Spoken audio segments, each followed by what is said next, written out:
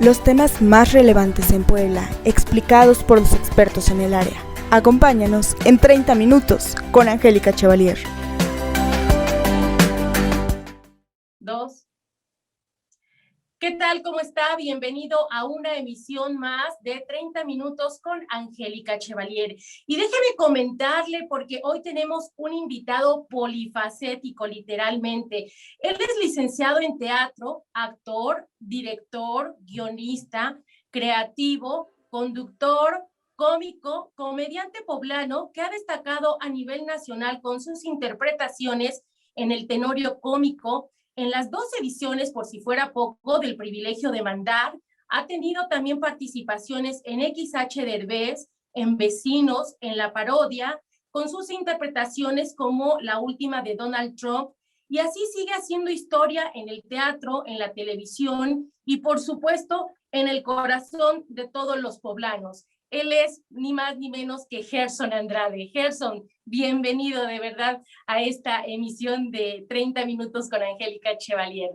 Hola Angie, querida, qué gusto saludar a todos mis paisanos en Puebla y hasta donde se extienda esta transmisión. Me da mucho gusto, me complace estar contigo, con todos ustedes, y aquí vamos a cotorrear un ratito. Perfecto, me encanta la idea. Gerson, pues un comediante que realmente ha hecho muchos personajes, pero todo esto tiene un principio, ¿no? Ahorita ya son muchos años, mucha experiencia, pero obviamente no fue de la noche a la mañana, Gerson. ¿Cómo inicia en la comedia Gerson Andrade? Sí, 26 años aproximadamente ya de carrera, bendito Dios, ininterrumpida. Eh, Efectivamente, cuento también con mi experiencia de teatro universitario, mi formación en la licenciatura, y que fue el tiempito que estuve alejado un poquito entre comillas, del asunto del entretenimiento. Estuve en formación, pero pues también cuenta, porque hicimos muchas obras de teatro. Este, ¿Cómo inició? Pues mira, ya sabes que mucha gente tenemos el payachito adentro. Ya lo hacemos como que en eso. Creo que de nacimiento. Sí, pues todo inicia, ya sabes, imitando a los tíos, imitando a los compadres de mi papá, y algo que yo siempre comento es que mi papá era un tipo muy serio, en paz descanse, pero era un señor de sonrisa difícil.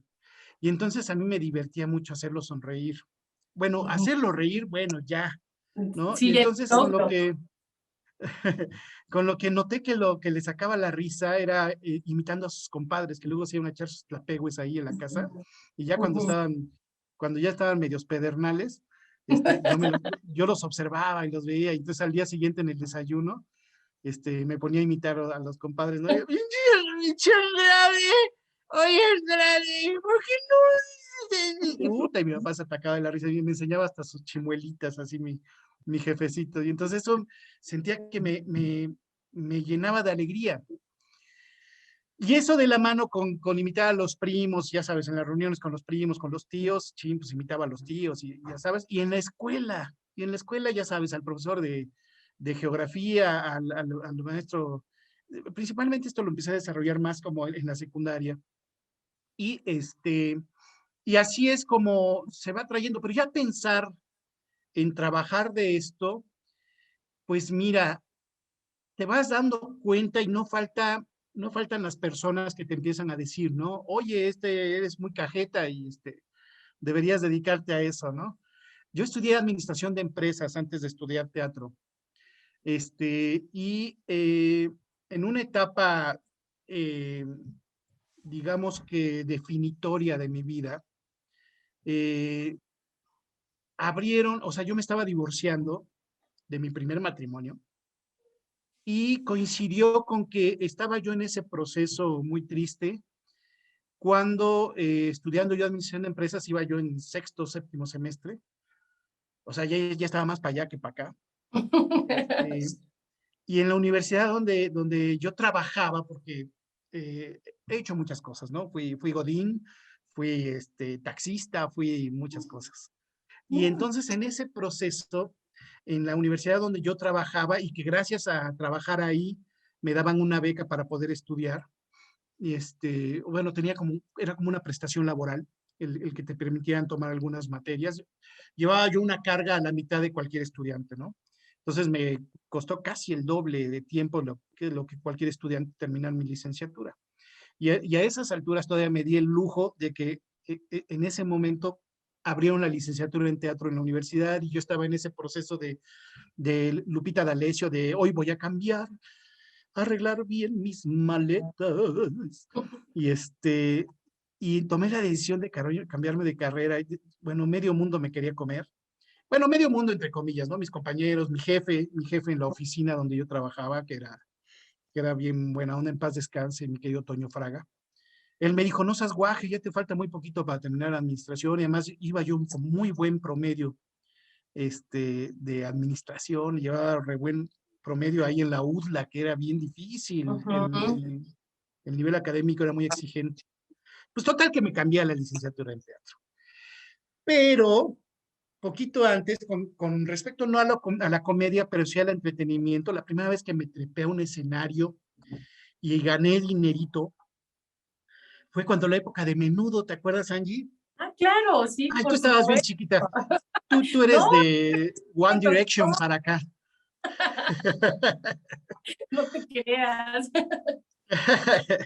Pues, ¿te acuerdas que Menudo era wow? O sea, era sensacional. Y entonces, curiosamente, en nuestra generación, bueno, en mi generación, Angie, en esa época, por ejemplo, yo en la secundaria, fíjate, en mi compañero de secundaria, no de salón, pero yo iba en tercero de secundaria y Germán Ortega, el Masca Brother, iba en segundo de secundaria en la misma escuela.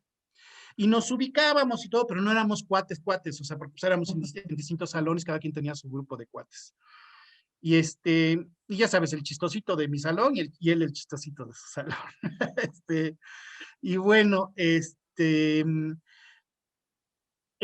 asunto es que yo hacía con un grupo de amigos, terminando la secundaria, me invitaron a formar parte de un grupo que hacíamos la fonomímica, que estaba muy de moda también en esa época, el asunto de la fonomímica.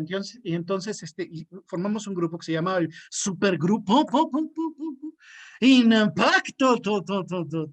Y hacíamos todo el numerito de Menudo, que era muy popular. Y en esa época, mi Angie, pues no había YouTube, no había redes sociales, no había como la facilidad de tener acceso a ver a tus artistas favoritos fácilmente. O sea, si no era por un videocassette o, bueno, o sea, en Siempre en Domingo, una cosa así, ¿no? Algún programa de televisión, pero era muy difícil.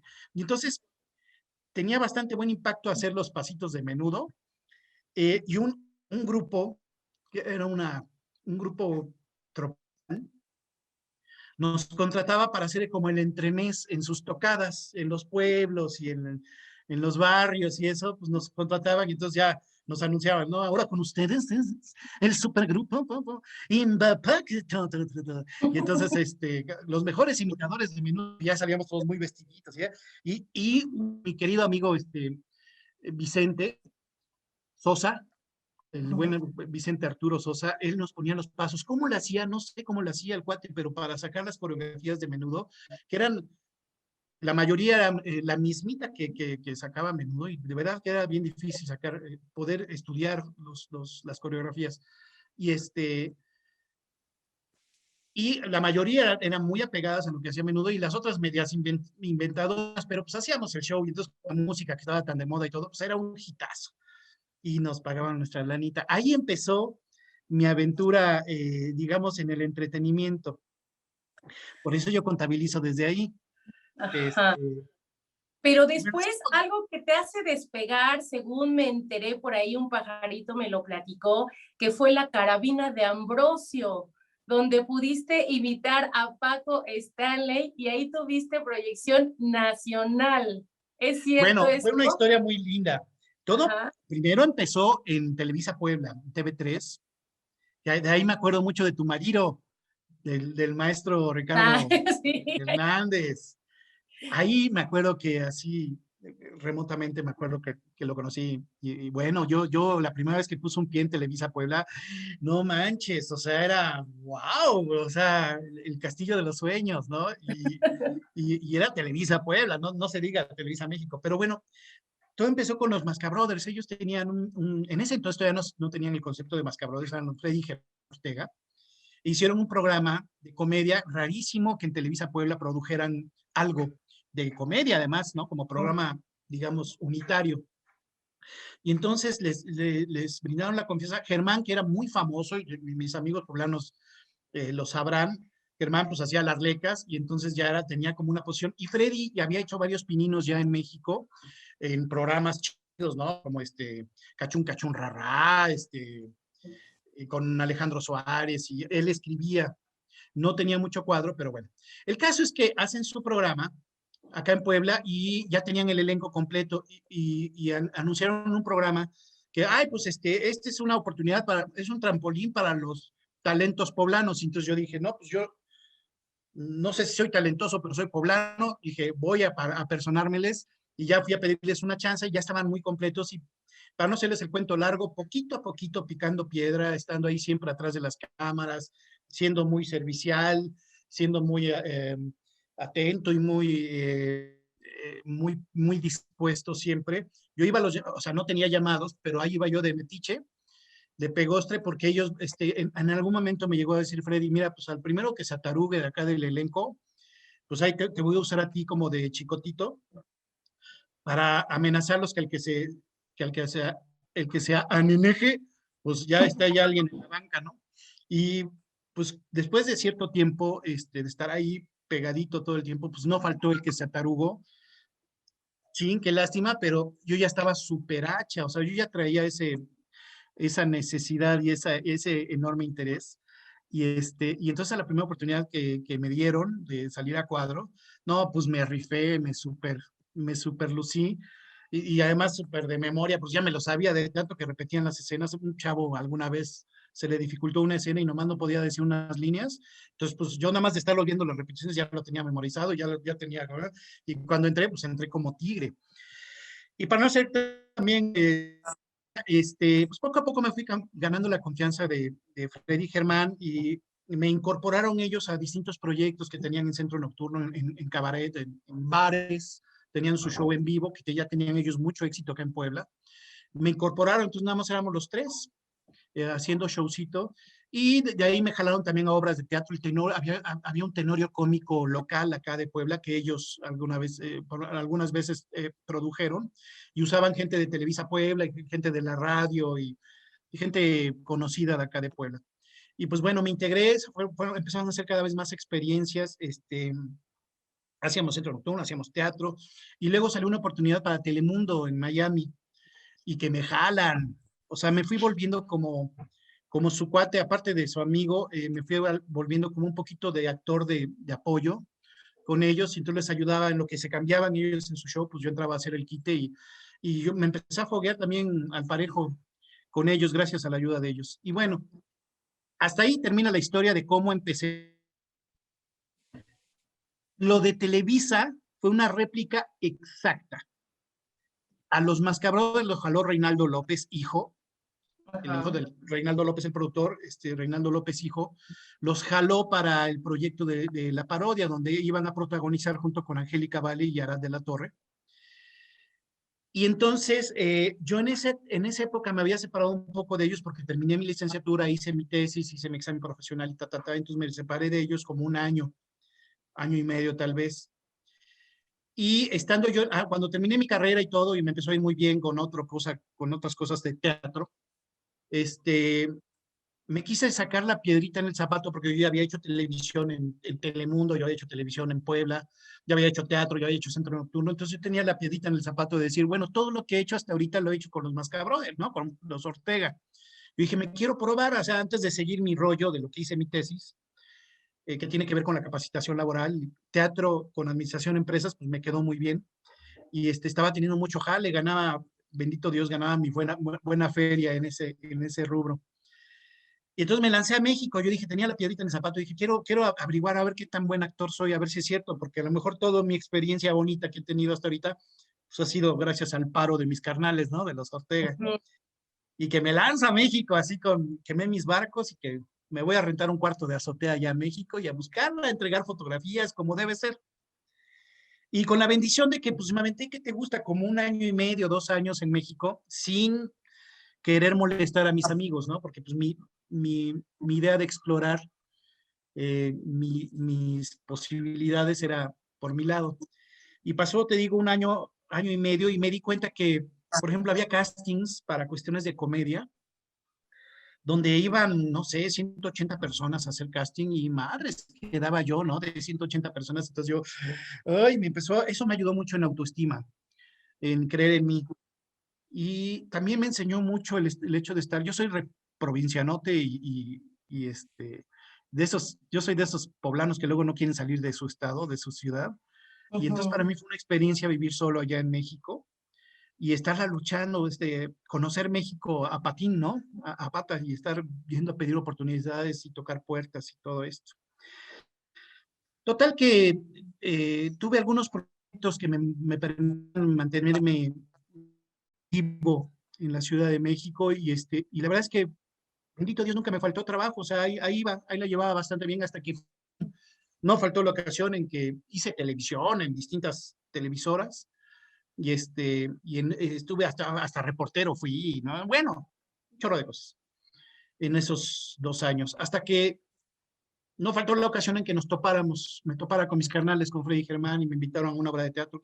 Ellos empezaban a repuntar, pero durísimo, durísimo en México, principalmente por tierra, o sea, principalmente en su show, en teatro y en centro nocturno, y ahí le estaban pegando, pero duro. Y este, me los topo y me dicen, güey, ¿qué haces? Pues yo estoy haciendo mi luchita acá. ¿Cómo? ¿Y cómo nunca nos llamaste? Y dije, pues, ya les expliqué, ¿no? Pues no quería depender de ustedes. Para no se les cuento largo, se repitió lo de Puebla. Allá en México, con tal de que yo tuviera gafete, me metieron como su asistente de camerino. O sea, yo era el que les colgaba la ropita, les tenía limpio el camerino y todo. Pero era plan con maña, porque ellos ya sabían la capacidad que yo tenía y nos habíamos separado por circunstancias de mi carrera, de mi licenciatura, y entonces, yendo allá, gracias a eso empecé a poder tener acceso a Televisa San Ángel, bueno, a Televisa México. Y no Ujú. faltó la ocasión que en una grabación empezó la parodia y a las pocas semanas se dio la oportunidad de que el plan era ese, ¿no? Que mi querido Freddy me iba a meter el hombro, Freddy y Germán me iban a meter el hombro recomendándome con el director o con el productor, y entonces así fue. Me dijeron, oye, pues ahí está este güey, ¿no? Que trabajó con nosotros mucho en Puebla y es re bueno. Pero el director y el productor se quedaron con la idea de que yo era un improvisado, o sea, que yo era su asistente de camerino y que estos, Ujú. y que estos me estaban aventando al ruedo. O sea, no sabían que yo ya había trabajado con ellos en Puebla en varias cosas. Y eso me ayudó mucho porque el director, por ejemplo, quedó sorprendidísimo. Ahí viene la anécdota de la carabina de Ambrosio, que me tocó hacer Paco Stanley. Y entonces el director quedó fascinado con la forma en que lo hice, porque pues fue improvisado también, o sea, no llegó el actor que era Gustavo Munguía, ya lo ubican, ¿no? El de Sí, En nombre claro. de todos los mecenas del mundo. Por alguna razón no pudo llegar al llamado, y entonces dijeron, ¿qué hacemos? Y pues va el Gerson. Pero sí, Gustavo Munguía iba a ser a Riancho por el bigote y no sé qué onda. El caso es que dijeron, pues, cambiaron ahí un poquito la idea y dijeron, no, pues es que Gerson no se parece, le da un airecillo a Paco Stanley, entonces sin caracterización, creo que nada más me pusieron una peluca, unos lentes azules, y el torote para mí de sacar la voz de Paco Stanley. O sea, estaba bien cañón. Y bueno, así empezó la aventura y se replicó lo de Puebla. Poco a poquito me fui ganando la confianza ahí del productor y del director de escena, mi padrino, don Manuel Rodríguez Ajenjo, que además es una institución en comedia en Televisa a nivel nacional y a nivel internacional.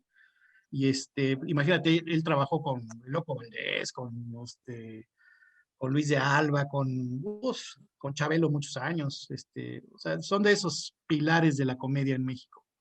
Él y el Pollo González.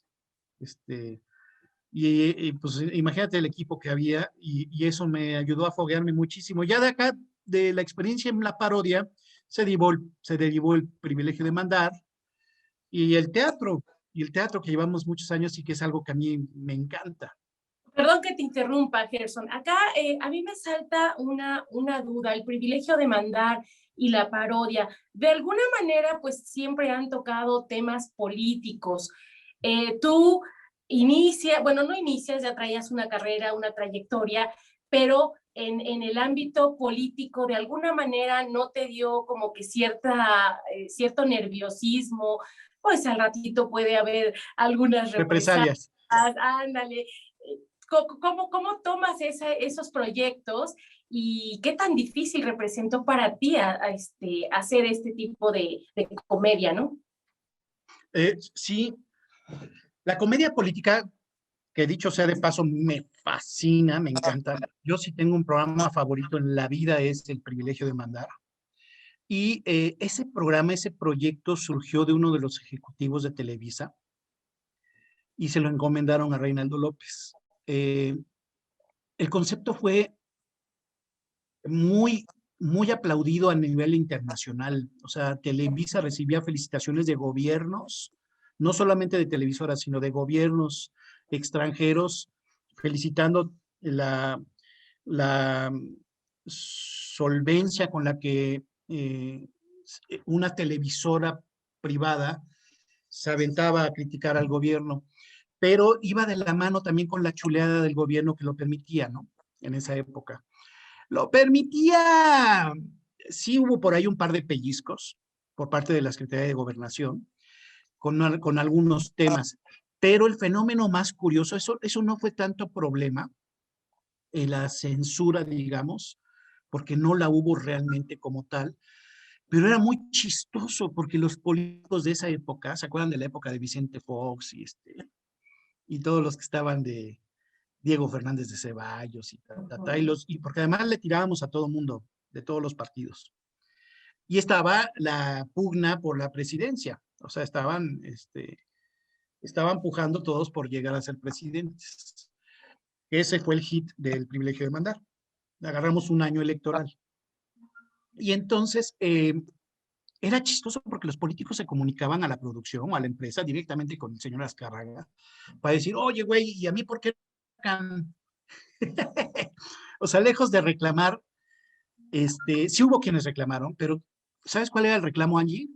Que decían, oye, es que fulanito es más chistoso que mi personaje, o sea, o tal personaje es más encantador que el mío y a mí me ponen muy serio o muy tal. Y esos eran los reclamos, o sea, ni siquiera en el aspecto político, que además no tenían forma de reclamar el tema, la sustancia política, no había forma de que la reclamaran porque todo el privilegio de mandar se basaba en frases dichas por sus hermosas boquitas o por Sí, actos o sea, que eran... no O sea, no había nos, forma no darse nos cuenta. inventábamos. Y ustedes de alguna manera estudiaban al personaje, al político, para poder hacer el papel. Entonces, pues bien o mal era una réplica. Nosotros, desde luego, le poníamos el ingrediente caricaturesco, más el ingrediente del humor, ¿no? La exageración o el uso de la imaginación, de las cosas existentes, lo improbable o lo probable, lo extendíamos con la comedia, cosa que tuvo mucho éxito y jamás hubo problema. Y fuimos atrevidos. Te voy a contar algo así en exclusiva. Adelante. La única vez que hubo un esbozo de intervención del gobierno de manera directa fue una vez que quisieron marcar línea. Entonces pedían que fuera más simpático Felipe Calderón, no el precandidato. Bueno, perdón, no el candidato, el candidato. Entonces pedían que López Obrador estaba muy simpático y que estaba muy encantador, que lo hacía Germán Ortega.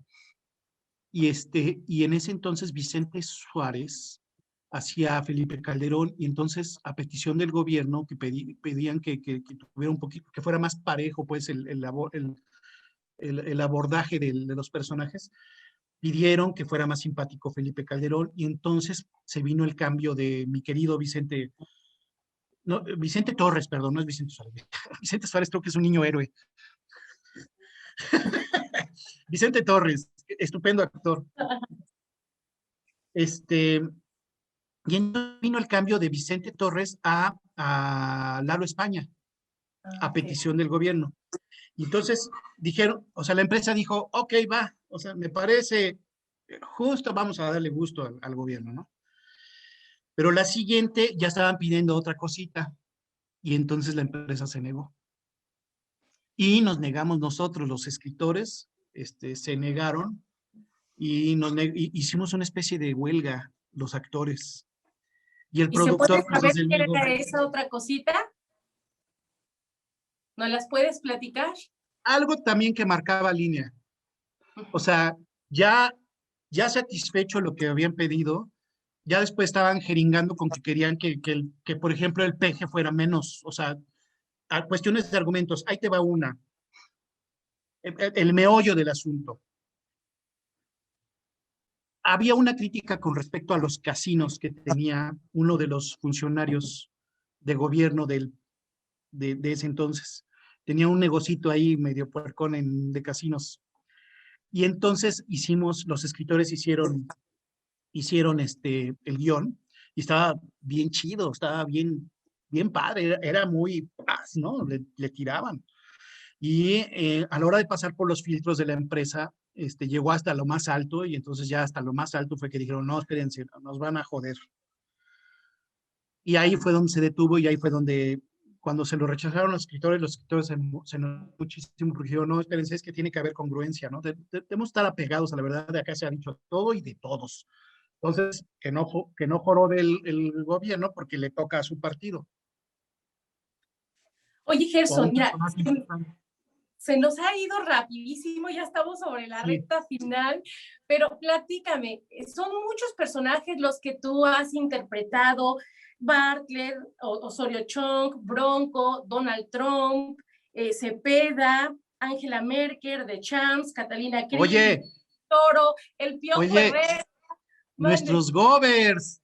Sí, por eso, sí. He tenido la suerte de interpretar a nuestros gobernadores aquí en Puebla, a todos, desde Gustavo Díaz Ordaz.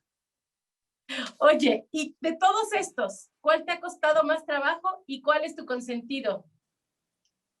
Me gustó mucho, en cuestión de personajes políticos, desde luego le tengo gran cariño al Trompas, porque me dio como mucha proyección. Pero, por ejemplo, apenas se recordó el tema del Gober Precioso y también fue algo que fue en su época fue un boom, fue muy visto, muy chuleado por la prensa más cañona del país, y eso me provocó muchas satisfacciones.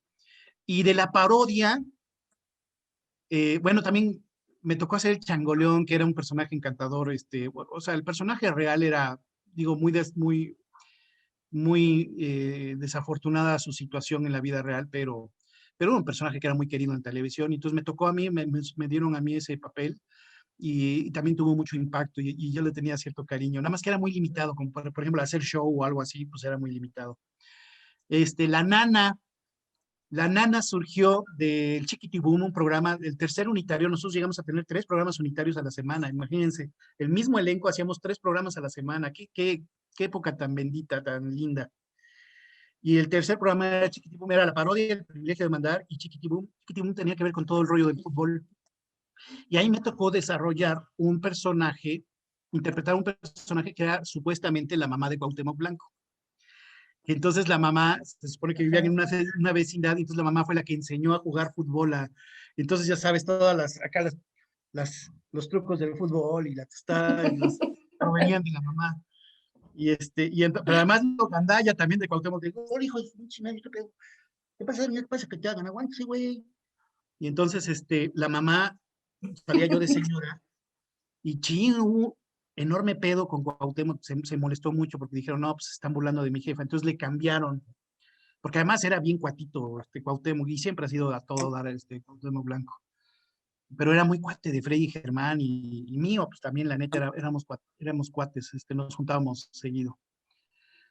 Y entonces pues ya, ¿no? A petición le cambiaron, del lugar de la mamá era la nana, y ese personaje, como yo lo abordé, me daban a mí la libertad de hacer lo que yo quisiera. porque era como muy ad libitum los diálogos, o sea, no había como un diálogo estricto, sino que decían, tú sé. Entonces hace una gandalla y, o sea, imagínate nada más esa onda de que tú fuiste la que le enseñaste a Cuauhtémoc a hacer. Y entonces me explayé, le di vuelo a la hilacha y entonces terminó una cosa muy chistosa. Y si no se acuerdan lo de, por eso fui yo, ¿te pasa, no te pasa que te hagan aguantes, escuincle baboso? Y y era bien agresiva la ñora, era pero de la bandera acá, pero ya de que no era la mamá, sino que era la nana.